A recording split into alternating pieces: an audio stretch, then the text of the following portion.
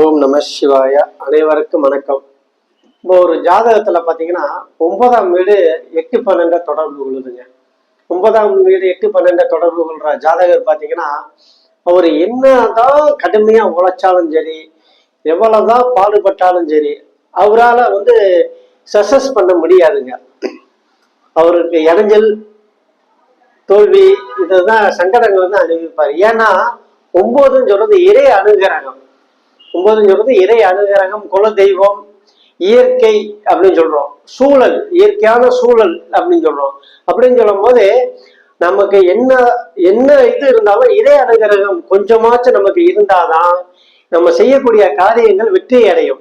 அப்படின்னு சொல்லும் போது இங்க 9ஆம் பாவம் 8-12 தொடர்பு கொள்ளும் போது பாத்தீங்கன்னா அவங்க என்னதான் கஷ்டப்பட்டு உழைச்சாலும் அவங்களால பாஸ் பண்ண முடியாது.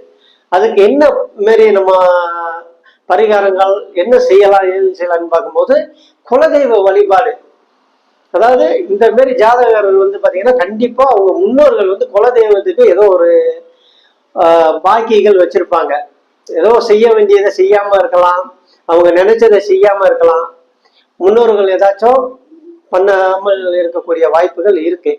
அப்படின்னு சொல்லும்போது நீங்க குலதெய்வ வழிபாடு பண்றதுனால இந்த பாதிப்புகள் குறைஞ்சி நன்மைகள் கிடைக்கும்.